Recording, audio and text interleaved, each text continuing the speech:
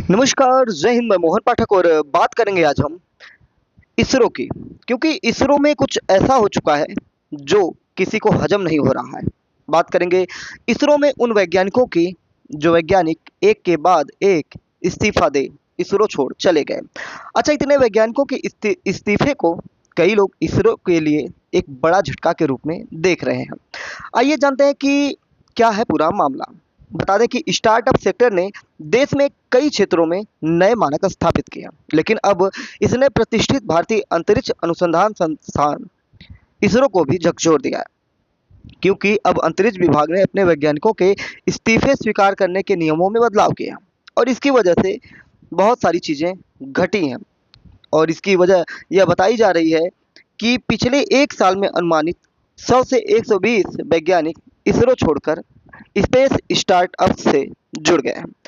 अब ये मामला क्या है? तो केंद्र सरकार के इस विभाग ने एक ऑफिस मेमोरेंडम में कहा है कि उसने गगनयान और अन्य अहम मिशनों या परियोजनाओं से जुड़े ग्रुप ए के वैज्ञानिकों के अलावा तकनीकी कर्मियों की स्वैच्छिक सेवानिवृत्ति और इस्तीफे के अनुरोध को अब सामान्य प्रक्रिया के तहत स्वीकार नहीं करने का फैसला किया है।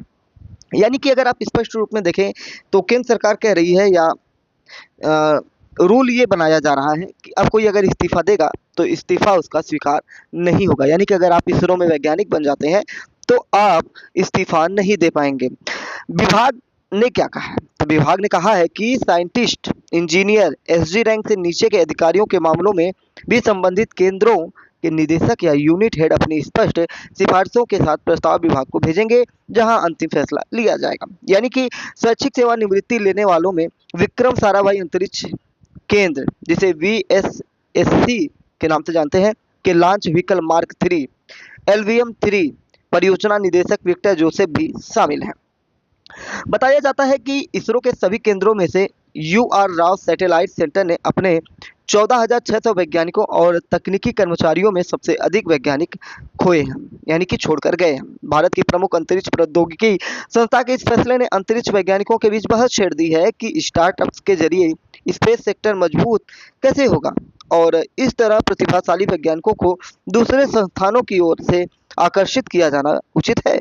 यानी कि भाई, आकर्षण का मतलब ये है कि दूसरे संस्थान इनको सैलरी ज़्यादा दे रही है और भारत सरकार उतनी सैलरी नहीं दे पा रही है। इसरो के पूर्व अध्यक्ष जी माधव नायर इस मामले में क्या कहते हैं ये आपको जानना चाहिए। वो कहते हैं कि यह स्थिति IT क्रांति के दौरान पैदा हुई थी और यह उसी का दोहरा है। उन्होंने ये भी कहा कि उनका मानना है कि इस तरह प्रतिभाओं को दूसरे संस्थान में जाना नहीं होना चाहिए। इस इंडस्ट्री को बढ़ने का पूरा अधिकार है, लेकिन उन्हें अपने लोगों की भर्ती और ट्रेनिंग खुद करना चाहिए, न कि इसरो जैसी स्थापित संस्थाओं से अनुभवी पेशेवरों को ले जाना चाहिए। हालांकि इसरो के पूर्व वैज्ञानिक सचिव PG दिवाकर इसरो छोड़ने वाले वैज्ञानिकों की संख्या से हैरान नहीं है। उनका मानना है कि पहले इसरो बड़ी संख्या में अर्थ ऑब्जर्वेशन और कम्युनिकेशन सैटेलाइट लॉन्च करता था, लेकिन आज अर्थ ऑब्जर्वेशन सैटेलाइट की कमी है। सरकार की पूरी नीति बदल गई है। पहले सरकार इसरो को रिसोर्स सेट, कार्टोसैट और ओशन सेट जैसी परियोजनाओं के लिए पैसे देती थी। इसरो सामाजिक हित में सैटेलाइट बनाता था, लेकिन अब सरकार ने अलग अलग मंत्रालयों से कहा है कि वे अपनी ज़रूरत के अनुसार अपने सैटेलाइट खुद लॉन्च करें।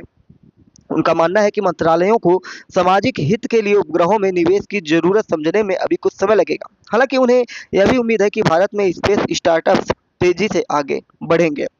फिलहाल वैज्ञानिकों को यह एक आकर्षक विकल्प लग रहा है। आपको बता दें कि सवाल ये हो रहा है कि क्या स्टार्टअप्स में वैज्ञानिकों को वैसा वैज्ञानिक विकास मिलेगा जैसा इसरो जैसी संस्था में मिलता। तो ये चीज़ें कहीं ना कहीं लोगों को समझनी चाहिए कि इसरो में जो वैज्ञानिक छोड़ के जा रहे हैं वो कहीं ना कहीं स्कोप को लेके है और सैलरी पैकेज को भी लेकर माना जा सकता है। ये सारी चीज़ें हमें बेहतर तरीके से समझना चाहिए।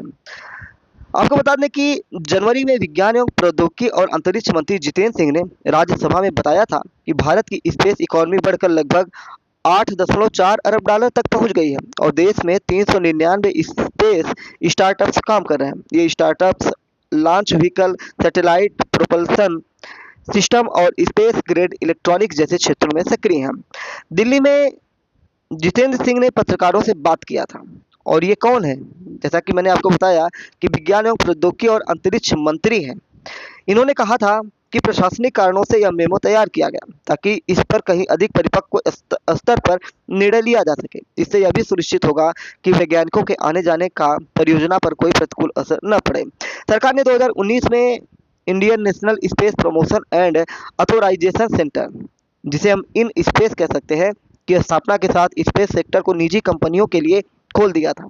यह संस्था प्राइवेट सेक्टर और इसरो जैसी सरकारी एजेंसियों के बीच एक सिंगल विंडो इंटरफेस के रूप में काम करती हैं। इसरो के अधिकारियों की प्रतिक्रिया मिलने के बाद इस रिपोर्ट को अपडेट किया जाएगा। इसरो के अधिकारियों ने बहुत ही बातें कही हैं, बहुत सारे लोगों ने बहुत तरीके की बातें की हैं। उसको आप अन्य आर्टिकल्स के माध्यम से पढ़ सकते हैं, जान सकते हैं कि कौन क्या कह रहा है, किस प्रकार से लोग अपनी बातें रख रहे हैं। तो सब मिला जुला के 10 महीने में 100 इस्तीफे हुए हैं। और वहीं केंद्रीय मंत्री ने जो बोला कि लोग आते जाते रहते हैं, तो ये कहीं ना कहीं उनकी हताशा और निराशा को व्यक्त कर रहा है। इंडियन स्पेस रिसर्च ऑर्गेनाइजेशन से पिछले 10 महीनों में सैकड़ों वैज्ञानिक और तकनीकी कर्मचारियों ने इस्तीफा दे दिया या शैक्षिक सेवा निवृत्ति, जिसे VRS कहते हैं, ले लिया। नौकरी छोड़ने वाले वैज्ञानिकों में गगनयान और दूसरे अहम मिशन से जुड़े भी वैज्ञानिक हैं और ये कहीं ना कहीं काफ़ी नुकसान कर रहा है। आपको बता दें कि इस्तीफों से इसरो को हाल के मिशनों में भी चुनौतियों का सामना करना पड़ा है। इसरो का वर्क हॉर्स माना जाने वाला PSLV 1 साल के भीतर लगातार 2 मिशनों में असफल रहा। पहला जनवरी में EOS N1 पृथ्वी अवलोकन उपग्रह और व्यावसायिक पेलोड लेकर उड़ान भरने वाला PSLV C62 तीसरे चरण के अंत में आई गड़बड़ी के कारण तय रास्ते से भटक गया था। दूसरा मई 2024 में PSLV C61 EOS 09 reset 1B mission भी असफल रहा था। उड़ान के करीब 203 सेकंड बाद तीसरे चरण में चेंबर प्रेशर अचानक गिर गया, जिससे रॉकेट 529 किलोमीटर की सिंक्रोनस कक्षा तक नहीं पहुंच सका और मिशन समाप्त करना पड़ा। इस दौरान रडार सैटेलाइट भी नष्ट हो गया था। इन चुनौतियों के बावजूद इसरो का अब गगनयान मिशन, चंद्रयान 4, भारतीय अंतरिक्ष स्टेशन BAS और मंगलयान 2 जैसे बड़े प्रोजेक्ट्स पर काम जारी रखे हुए है। गगनयान का लक्ष्य भारत को अपने दम पर इंसानों को अंतरिक्ष भेजने वाला दुनिया का चौथा देश बनाना है। इसरो का फोकस अभी गगनयान पर है, क्योंकि भारतीय अंतरिक्ष अनुसंधान संस्थान की स्थापना 15 अगस्त 1969 को हुई थी और इसका फोकस अभी गगनयान पर बना हुआ है और इसरो चाहता है कि हम चांद पर अपना परचम लहराएं।